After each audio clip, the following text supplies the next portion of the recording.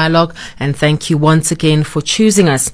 Motivation for continued oil production may drop further as oil prices fail to rebound despite the OPEC and production cut deal, even as available oil storage capacity around the world runs thin due to a drop in global oil demand amid lockdowns and travel restrictions in many countries. Now, energy experts project that OPEC producers like Angola, Nigeria and Iraq, who don't have adequate refining capacity at home and don't have solid long-term oil supply contracts with oil importing nations, are set to lose the most. Now, I'm on the line to Professor Patrick Bond from the University of the Western Cape School of Governance, as well as NJ Ayuk, who's the CEO of the Pan-African Corporate Law Conglomerate. It will really make us understand what is happening in the oil industry and what does this all mean to us ordinary people and global economies. Good morning to you, gentlemen, and thank you for joining us. Thanks. Great to be with you. Thank you for having me. Professor Patrick Bond, let me start with you. What is going on in the oil industry at the moment? Well, the very most important thing to put right up front is it's going to destroy Africa through climate change. So if we start with that basic fact that no one can dispute, that burning of oil as well as coal and other fossil fuels will wreck Africa, even though Africa has consumed a tiny fraction of the fossil fuels that are creating climate chaos, which we've already seen in places like Mozambique. Last year, do you remember a year ago, there were 2 cyclones that killed more than 1,000 people, did more than $1 billion of damage. So let's start by saying the objective of society, anyone who cares about Africa especially, is to end this industry and find replacements for transport, for energy production. And what's happening now is a massive crash of prices into negative territory for futures because, as you said, there's too much oil out there, not even enough storage capacity. That could be good if it's used then as a basis for a climate debt demand by Africa against the North, which then could be turned into the sort of just transition to get us out of the business of exploring digging, drilling, processing, transporting oil for the benefit of the North. So I'd start with a big picture question. Should we even have an oil industry here or anywhere? What are your thoughts there, NJ Ayuk, with what Professor Patrick Bond is saying? Professor Bond, I think I've got a bit of an echo on your line. Can you try and move around a bit? Yes, I'll do that. Yeah, let's see if I can. You can go ahead, NJ. Do you agree with what Professor Bond is saying there, that Africa is going to suffer? Yes, partly I agree, but to answer the professor's question, oil is good for Africa. Africa, this industry is going to rebound, and that the industry doesn't need to be shut down, and the industry doesn't need to go away. And it's very easy. What we've seen in the industry today is that we're facing a supply glut. There is demand factors. The demand factors have really hit the industry. China is not importing as much as it should be. The American shale revolution has really pumped out a lot of oil to get out Saudi Arabia, Russia, and a lot of African countries. The industry right now is still needed. I do understand the issues and concerns of climate change, but this is not the time to tell African countries who have, when it comes to climate, because of climate change, African countries should abandon their development, should abandon their a chance for prosperity, and then shut it down and listen to a very Western-driven approach on how to curb carbon emissions. Do not forget that Africa produces, China produces 20 times more than Africa when it comes into carbon emissions. The United States 17 times, Europe 14 to 15 times, and Africa is somewhere in the low numbers around 6 to 7. So you cannot then tell Africans that with the issues of energy poverty, gaps to where we don't have 650 million people do not have any access to power, electricity, we're going to shut down and then turn this industry back to something else. I think, yes, climate change is an issue, but it's not time. Today, we are facing serious crises, and we should address the crisis we face in the oil industry. And how does the fact that most of the industries have been put on these lockdowns and restrictions, NJ? I mean, that is a clear concern, because when you have countries are basically on lockdown, Europe, the United States, in the Middle East, around Africa, so of course demand is going to be low. Think about it. The airlines are not flying, manufacturing bases are not happening, and so what do we do? And the professor is right to say we need to look at climate change. If we just shut down the energy industry, when you recover from this coronavirus, what are you going to do? You will have no option but to do what most African countries are doing right now.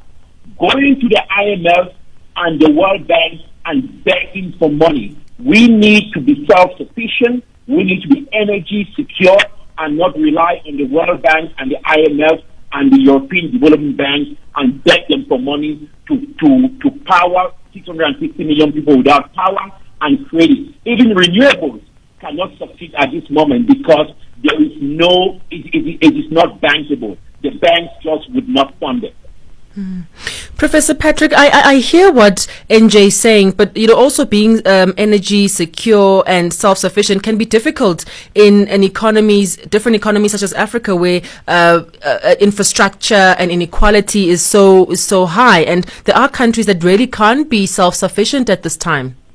Yes, of course. Is this a better connection? Can you hear me fine now? Yes, I can. Much better. I mean, it's so frustrating in a way because there's a lot of nationalism that prevents the societies of Africa from looking at broader interests, including next generation interests, which are profoundly based upon two things. One is to have a climate that's habitable, which is in question. We're going to see 9 out of 10 African peasants unable to grow crops because of climate change, according to the Intergovernmental Panel on Climate Change by the end of the century. So it is the profound crisis that has to be put up there in terms of not just a Western agenda, that's absurd, in terms of the future of Africa. The second dilemma for the future is, what do we do with oil and gas and coal resources? We have to leave them underground now, but there will be a future. And I hope my fellow discussant will take this up, because absolutely oil and gas should be exploited at some point, but it should not be burned. To burn oil and gas so rich people can fly around, which is one of the key things that my co-presenter has said, airline industry, that's for the elites. That's insane when we really need the oil and gas underground now, so that later it can be used for the kind of hydrocarbon facilitation that we have in pharmaceutical products, plastics, and all manner of other uses in daily life that we'll continue to need. So I would argue not to use Africa's oil and gas now, and for energy self-sufficiency, renewables. But the big question is, how do you fund it? And there I agree that we shouldn't go to the IMF and World Bank. That is a recipe for more catastrophe, more looting by multinational corporates and Western financiers.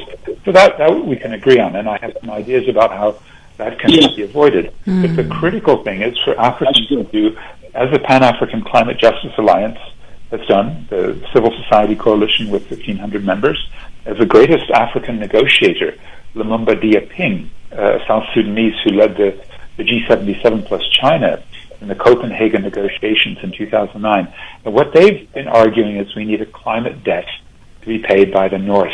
And that's under the rubric called loss and damage. And that would prevent us from falling into poverty in a period, for example, right now when we desperately need to have all the debt canceled, and especially the debt of oil exporting countries like Angola and Nigeria, who, because of the crash of oil price, they simply cannot pay import bills, much less service the debt.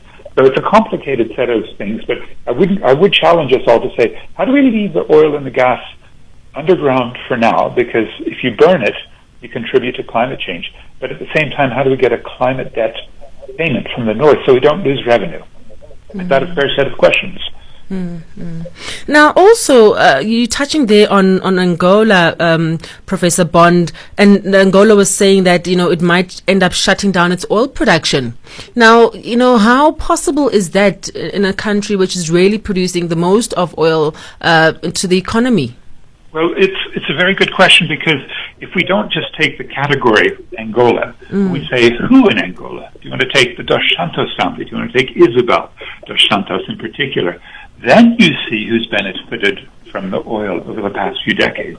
This is a tyranny, right? It's an oligarchy, and if the resource curse of oil in the hands of big U.S. multinational corporations and their local sort of apartheid Bantustan allies, the Dos Santos family, if that's shut down, don't you think we might actually see a benefit for Angola? Oil has ruined Angola, right?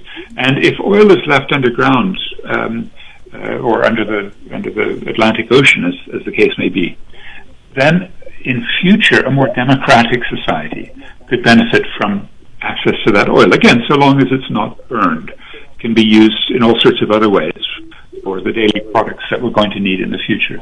But to shut down the Angolan oil industry at this point, given who's benefiting from it, it might be a good thing. NJ Ayuk, what are your thoughts there? Nigeria threatening to shut down its oil production from that point that Professor Bond is saying that it could just maybe be a good thing, especially looking at who's been benefiting over the years. I think I tend to disagree with the good professor. I think the shutting down the Angolan oil and gas industry, once it's not possible.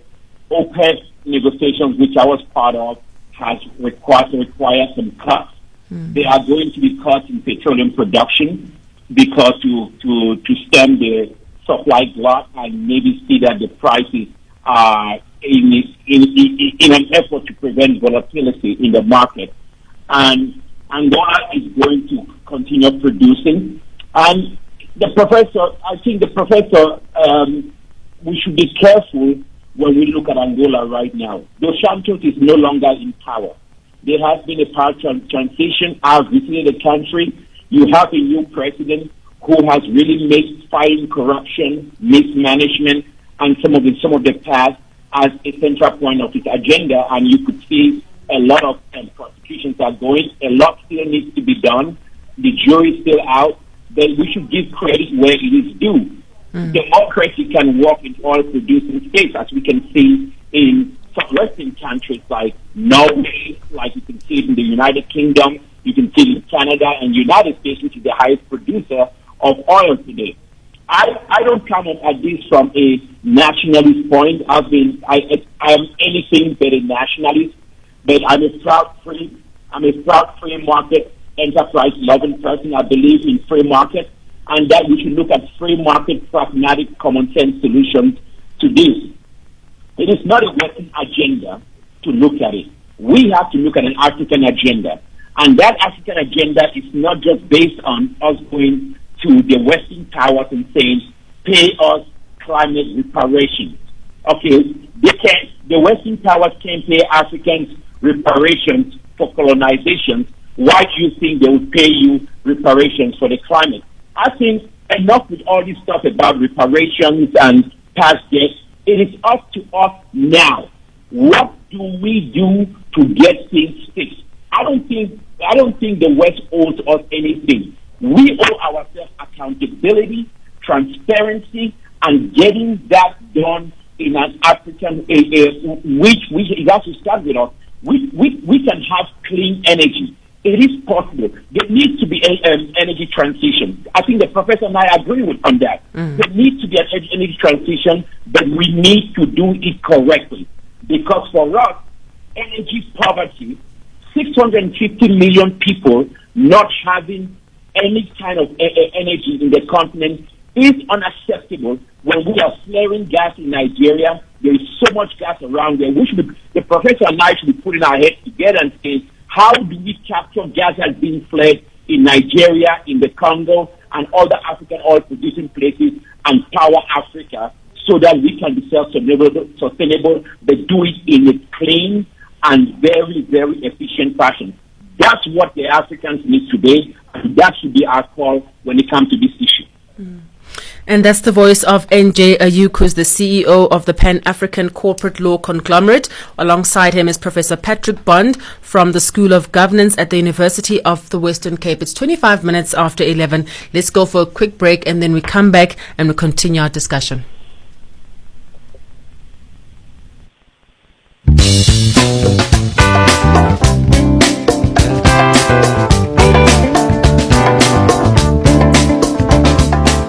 Hello. To celebrate African women's achievements, self-emancipation, human rights and democracy, listen to Womanity, Women in Unity, an advocacy radio program against all forms of gender-based discrimination and violence against women. Womanity, Women in Unity, on Channel Africa every Thursday at 10:05 Central African Time and every Sunday at 6:05 Central African Time. Womanity, Women in Unity with Dr. Amalea Gonez Malka every Thursday at 10:05 Central African Time and every Sunday morning at 6:05 Central African Time. Channel Africa, celebrating African women's achievements, the voice of the African Renaissance from an African perspective.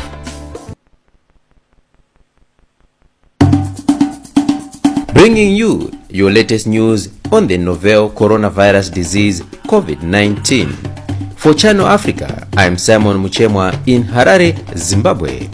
Make sure you and people around you follow good respiratory hygiene. This means covering your mouth and nose with your bent elbow and tissue when you cough and sneeze. Then dispose the used tissue immediately.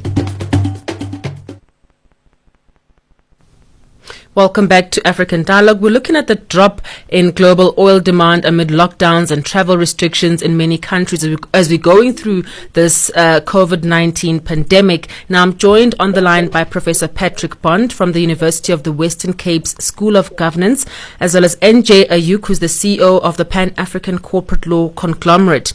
Professor Bond, what does the decline of oil price mean in a global economy where already we are facing this recession? Yes, it's $14 a barrel for crude oil. It had been in the $60 range for most of the past few months. In fact, the highest point it got to was $145 in 2008. But then it went down to as low as $26 about 2 years ago. So we're in a very volatile situation. Any government that relies upon commodity exports, not only are they drawing down their natural wealth that future generations should be depending upon, they're also subjecting themselves, as you say, to a world economy that's in absolute chaos. So it's absolutely the wrong time to be expecting the oil industry to pick up. Maybe there's a tiny grain of truth where NJ says that the West doesn't owe us anything. I think that's ahistorical. It ignores slavery, colonialism, neoliberalism, apartheid supported by the West. How can you say the West doesn't owe us anything? But let's just say in one instance where African leaders and grassroots activists got together, they were able to give us a model of what should be done, and that was to get AIDS medicines for free. And the reason it's free is because the Western idea, I'm fearful that my lawyer friend will endorse this idea of intellectual property. The intellectual property rights on AIDS medicine kept millions, in fact 45 million people, especially in Africa, without access to the medicines because they cost $10,000 a year. And then activists and African health ministers demanded that they be free. And there's a UN Global Fund for TB, AIDS, and malaria that gives the actual medicines, but they're basically generically made now, so they're practically free. And in South Africa, where there are about 8 million HIV positive people, those are going out, and our life expectancy in this country has gone from 52 to 65. And it's that spirit from the West and the BRICS countries, Brazil, Russia, India, China, South Africa, who are also now the biggest contributors to climate change, that we need to see. We need to see the ability to have Africans get together, and I would suggest the Pan-African Climate Justice Alliance, plus the activists in various microsites who are fighting against oil. And I know very well from South Durban, the biggest refinery complex in Africa, that the South Durban Community Environmental Alliance, SETC.co.za, again, it's SDCEA.co.za.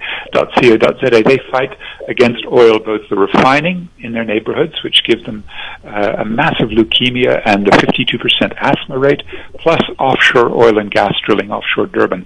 That's one of the models. Another is in Lamu, Kenya, where the activists there have fought. And then for, I don't know if NJ's ever worked in the Nigerian creeks, but the activists that I met when I spent a week there in Environmental Right Action and HOMEF, run by Nimo Basi, they're some of the finest people I've ever met.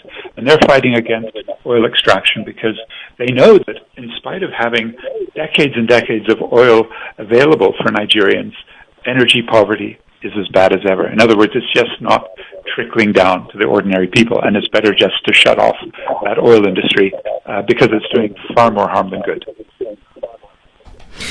NJ, what do you make of that? And I mean, also looking at if we can add in there in terms of the funding of the oil industry in Africa, how has this further affected the oil industry? I think with what is happening right now on climate change and other issues, it has affected funding. The World Bank came out a few years ago and said they would no longer fund oil and gas exploration in Africa. I think that was a big mistake that they decided that they did that. I think there is Africa is going to move a lot, and my hope is that we move a lot far and further away from oil, that we invest heavily into gas. I think we can still do gas very well and even look at nuclear, but also use that gas for power. There's something which I do agree with the professor. I didn't come into oil and gas from a very corporate standpoint. I came in from a human rights background, but I also I'm also a pragmatist, and I look at it from when reality hits. We look at an Africa today, which the professor talked about. Let's just stop producing because the people are not benefiting, and there is nothing when it besides Nigeria, besides some of the environmental issues in Lamu, Kenya. I would not disagree with the issues. It's an issue of governance, and it's an issue of where we have to start looking at really pushing whether it's state actors or corporate actors to comply with the Extractive Industry Transparency Initiative, and having them to really push to make sure that the industry is open. I was one of the first Africans who put their head out there fighting for local content when it came into empowering Africans to be part of this industry. Most of the professors opposed us. They said we were not ready. Not Professor Bond, he's a good guy. We probably don't get coffee when we meet next time.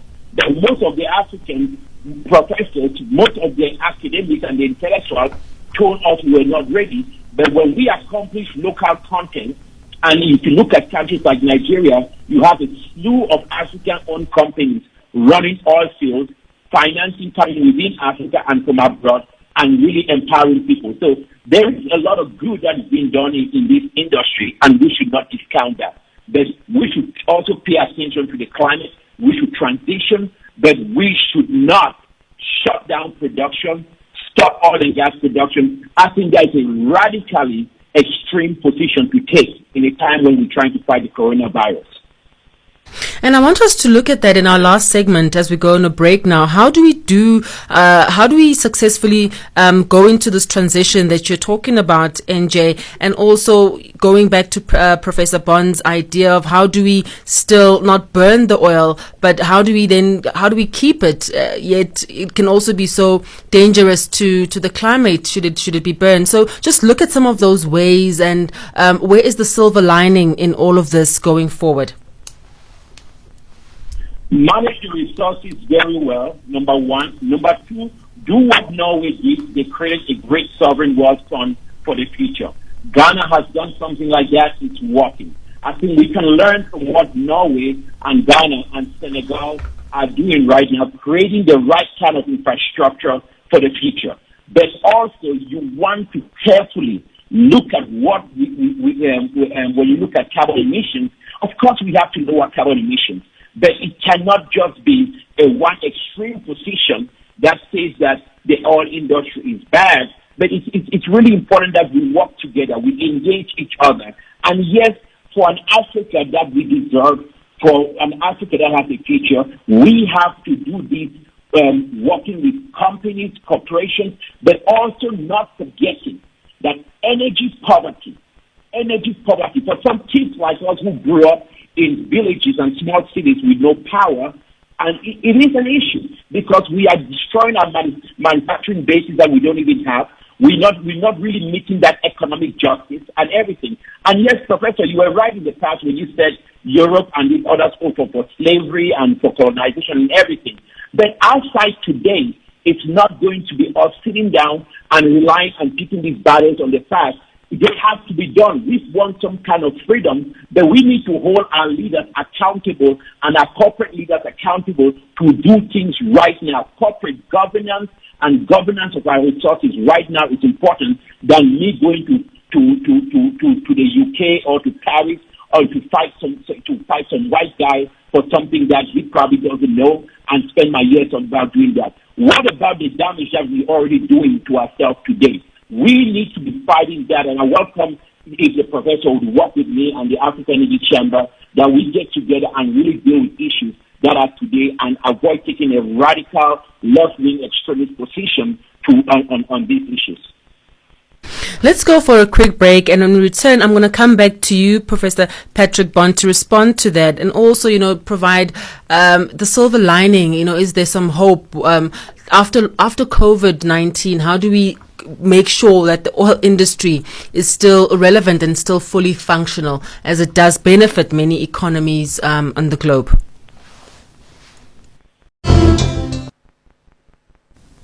Welcome back. We're just wrapping up our discussion looking at the oil, the drop in global oil demand amid the lockdowns and restrictions. And I'm on the line to Professor Patrick Bond now from the University of the Western Cape's School of Governance. I never thought when I started this conversation that we'd actually branch into climate change. I've really been enlightened here, Professor Bond. But, taking from some of the points that NJ raised about accountability, and you've also raised this lowering carbon emissions, how do we go forward and what do we do with this oversupply? Well, let's quickly ask the bigger question again, not just about climate change, but whether multinational corporations can be reformed through, as NJ proposes, the Extractive Industries Transparency Initiative. But the EITI began in 2006. It was a World Bank and British government initiative. It has not done any good, really. It's been a joke. It's been a scam, a corporate social responsibility gimmick. And the real dilemma is that the vast wealth produced in Africa gets hoovered out. It's vacuumed out by multinational corporations using illicit financial flows, especially oil companies and other mining houses and extractive industries, and banks. So ultimately, if you really want to look at preservation and conservation of the wealth of Africa, it does make sense to leave resources underground for now because they're simply being looted. You could just take Zimbabwe's diamonds, form of carbon, like oil and gas and coal, which $15 billion were dug up and $13 billion went missing, according to Robert Mugabe. But the same could be said here in South Africa about our platinum, where a company like Lonmin, now part of a different group called Sibanye-Stillwater, but it took vast amounts out and left massacre victims. This is the kind of resource curse that oil and gas and most of the extractive industries leave us. So, yes, climate change is a critical point to raise when it comes to the fossil fuels. But please, let's always ask the question, while the power structure in African economies, like South Africa, is so weighted towards an irresponsible multinational corporate-led mining industry with local puppet politicians who loot the place. Let's leave resources underground. Now, I'm not the only one suggesting that we take a longer view. You could look at the Center for Natural Resource Governance in Zimbabwe saying the Zimbabwe diamonds should have been left underground, given what we know now about Chinese and De Beers looting of that place with Zimbabwe generals Emerson Mnangagwa was the defense minister at the time, promoting the wholesale ransacking of the resource. And the most important thing, therefore, is to look at the NGOs and the community organizations and the more advanced in the intelligentsia who are critical of the political economy of resources. And I hate to say that I think NJ, who's just going full-fledged extract, isn't paying attention to the fact that over the times that reforms have been proposed, like the African Mining Vision, like the Extractive Industries Transparency Initiative, nothing has improved. NJ, your final sentiments from the conversation? I think, Professor Bond, thank you for being for doing this with me. I think there has been some improvement. We have to look at the quality of lives of people. It has improved. It is not where we think it should be.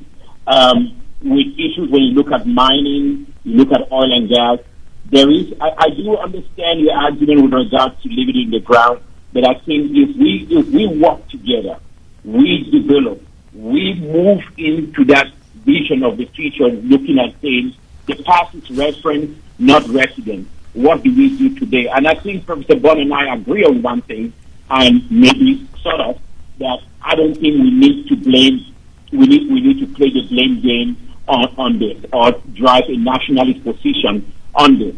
I think oil can work for Africa. It's up to us to make it work for Africa.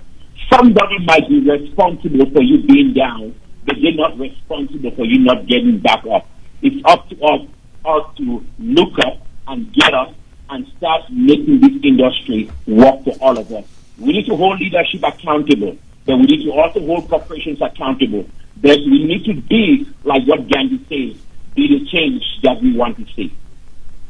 And that's